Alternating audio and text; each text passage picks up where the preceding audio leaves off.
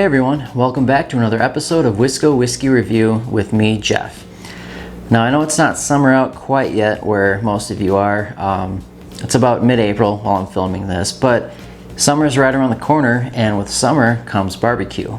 Now I thought it'd be a fun idea, and I've seen maybe a couple channels or several channels do this already in the past, but I thought it'd be fun to do a top 5 barbecue whiskeys list. Now it's not the top 5 whiskeys that have been barbecued. That would be kind of weird. This is going to be the top 5 whiskey categories that I think you should and could have while you're barbecuing. Again, you know, here in Wisconsin, grilling season lasts most of the year, but it's just more enjoyable when it's nice out. You know, if hopefully here pretty soon we can, you know, start hanging out with people a little bit more safely, have barbecues in the backyard, and you know, and things like that. So let me get into this list here. I'll try to keep this video as short as I can. Instead of doing just a top 5 specific bottles of whiskey that I think go well with barbecuing, I'm going to give you guys certain criteria or a certain type of whiskey instead of a certain bottle, if that makes sense. So it's going to be 5 different categories instead of 5 specific ones. Alright, so let's get into this list here. Now the first category is going to be an easy sipper. Now this is going to be something really low proof that, you know, most of the time it's probably going to be available, just because a lot of the more allocated stuff tends to be higher proof. So this is something, you know, you can find wherever. A lot of times it's going to be inexpensive, and this is something that you can just kind of sip while you're getting the grill going. You know, you can share it again with friends, hopefully when it's a little bit safer too. But yeah, just, you know, sitting around waiting for the grill to warm up, you're going to want something lower proof to kind of acclimate your palate to the alcohol. You don't really want to jump in, you know, full proof or cask strength a lot of times, because that'll blow out your palate. So to go along with that, I do want to preface this whole thing by saying a lot of these options and my categories and everything, they're all going to be subjective, and it's also going to depend a lot on your kind of where you're at in your whiskey journey personally, and kind of what proof points you like things at. So, you know, I've said before in a lot of my videos that I like things kind of between that like 90 to 105 proof. I do like stuff cask strength, and I do, you know, tend to enjoy an easy sipper down below, you know, that 90 proof range. But again, it's all going to be completely personalized up to you. So that's why I'm doing categories instead of, you know, just specific whiskeys. So again, this first one, easy sipper, low proof. These 3 examples I have for you right here in this category. I've got the 1792 small batch. This is a store pick, but you know, the regular 1792 small batch is great. And another note is that I try to include as many different brands and expressions as I could within those brands, just to keep it different, you know, so that not everything's the same. So this is 1792 out of Bardstown. This is the small batch, and all 3 of these are ringing in at about 90 proof. You know, you can go way lower than that. You can go down to 80. This is the category that you're going to have, you know, if you want to drink your regular Jim Beam White Label, your regular Jack Daniels Black Label, you know, you can go down to 80 proof, and that's completely fine for this category. That's kind of what it's about, is just warming up your palate. Second one I've got is Buffalo Trace. Again, 90 proof. You know, this one might be a little bit harder to find, and that's again why I wanted to give multiple different examples in each category. And there will be bottles that, you know, I mentioned that I don't have, but I'll try to include as well in each category. And then the third one is just Noble Oak. This is a non-distilling producer. This is a sherry cask finished bourbon, but again, right around that 90 proof point. So I would say easy sipper, I would definitely stay kind of under that 100 proof range. So anything from 80 up to 100 is going to be perfect.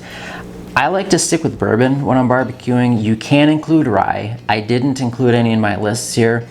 But you know, if you like rye and pair that well with, you know, with barbecue instead, go for it. You know, this isn't a be-all end-all kind of a list.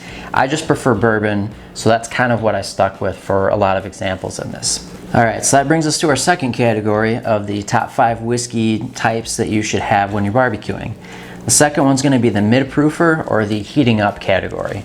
So this for me is going to be right around 100 proof. And again, like I've said before, that's kind of where I like to be myself for my palate.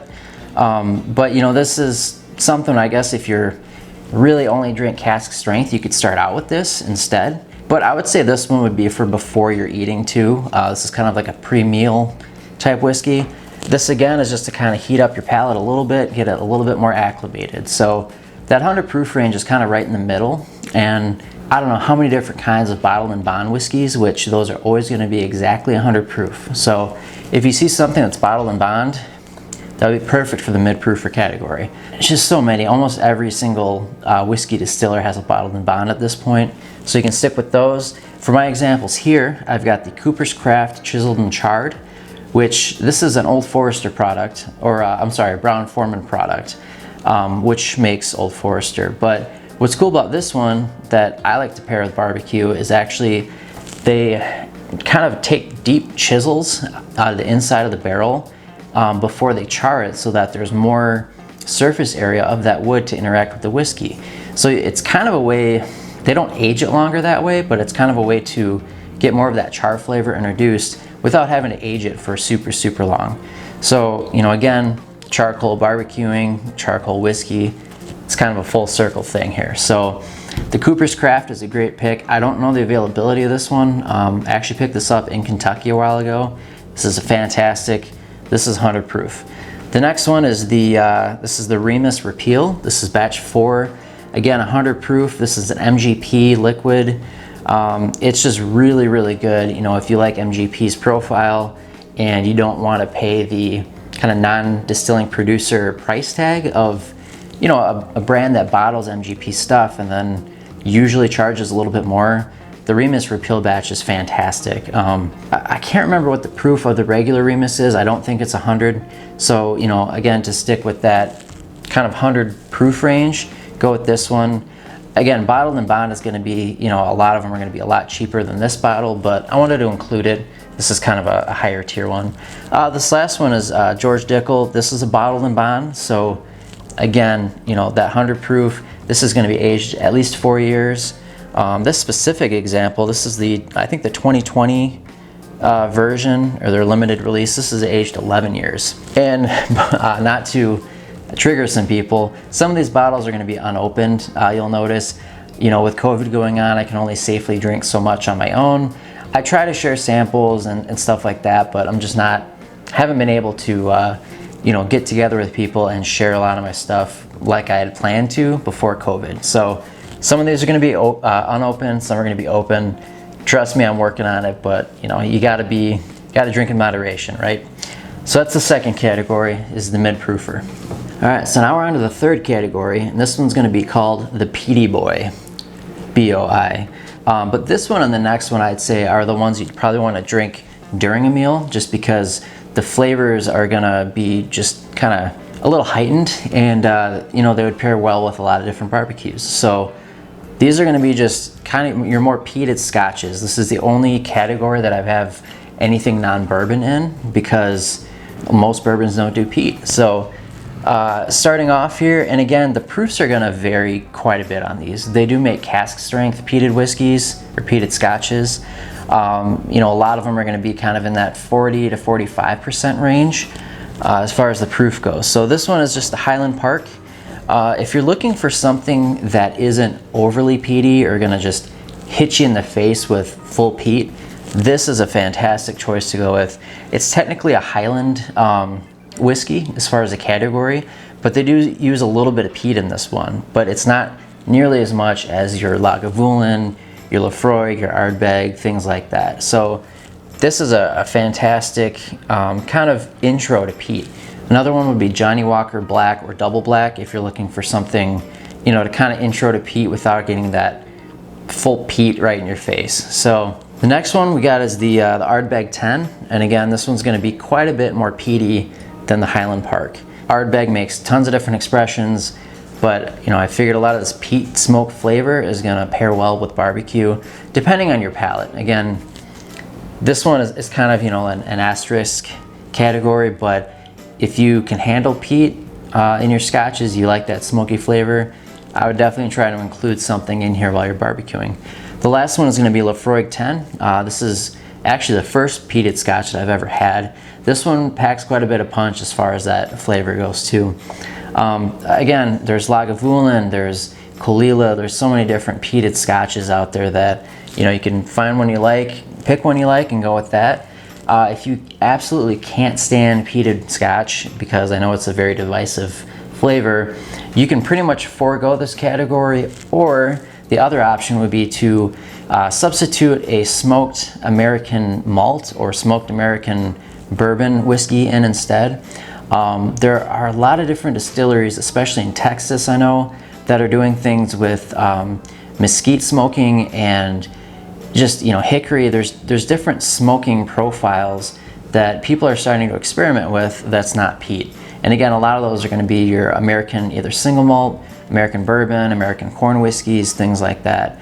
I guess to show you an example, give me 1 second.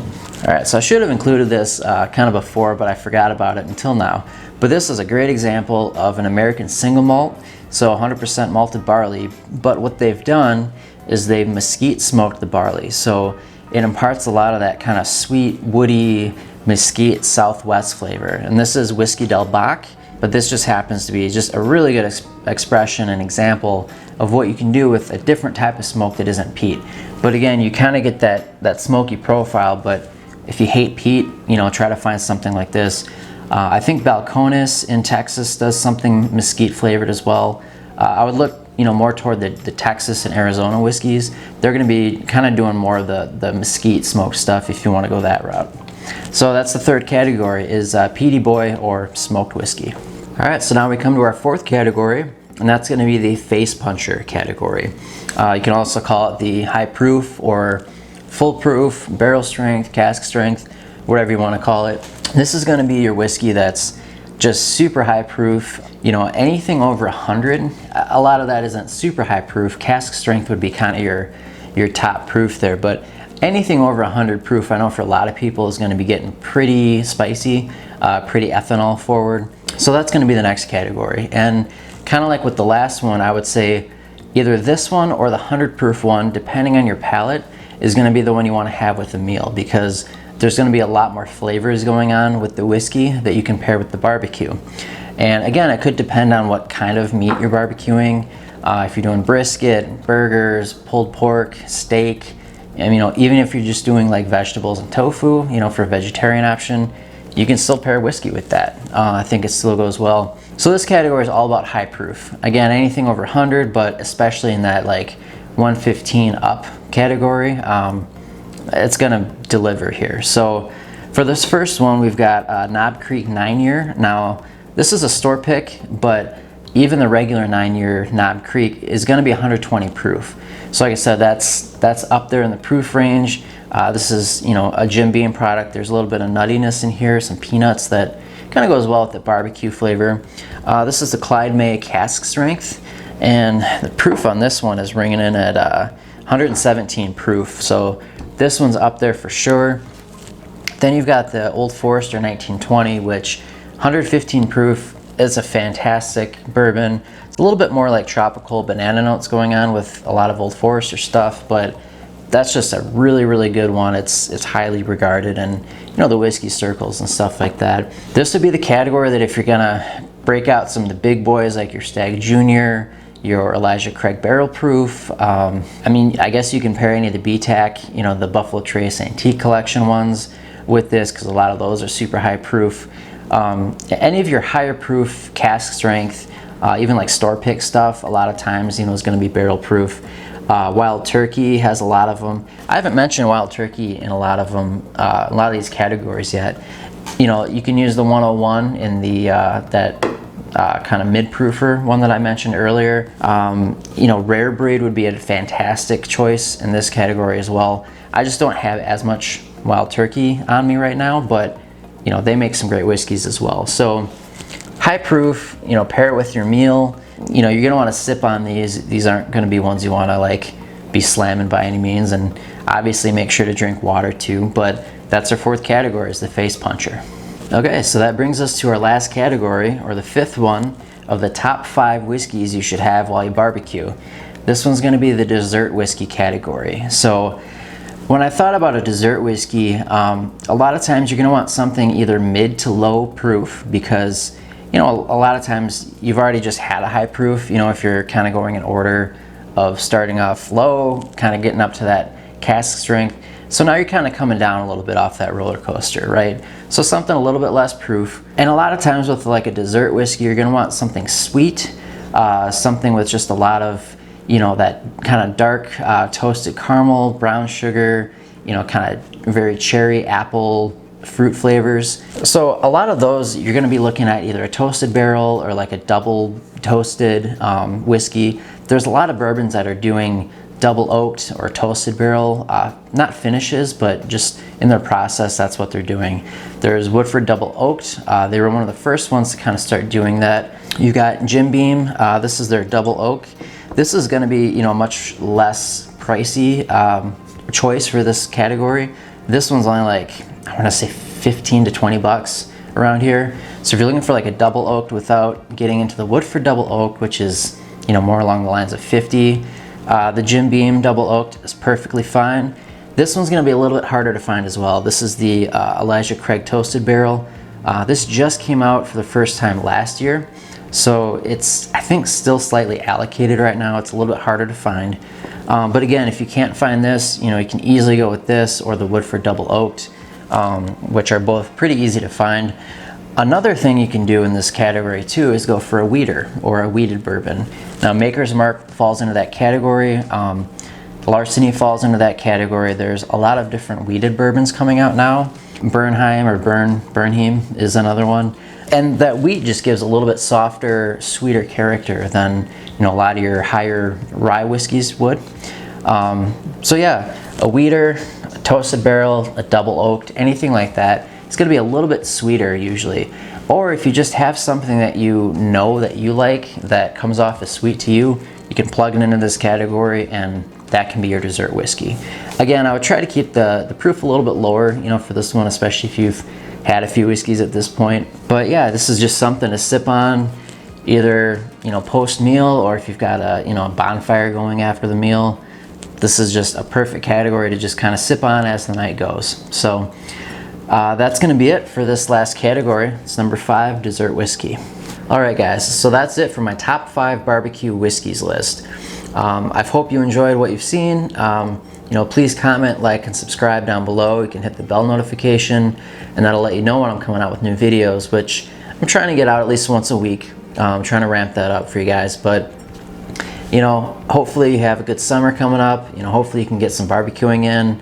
Again, you know, if you're hanging out with people, try to do it safely. Barbecues are a lot of fun.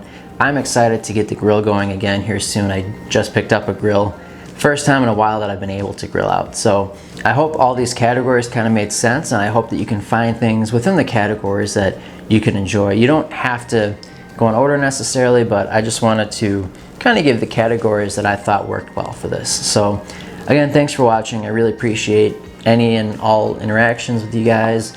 You know, I read all the comments. Liking the video is a huge help as well. So thanks for watching. Cheers, and keep on sipping.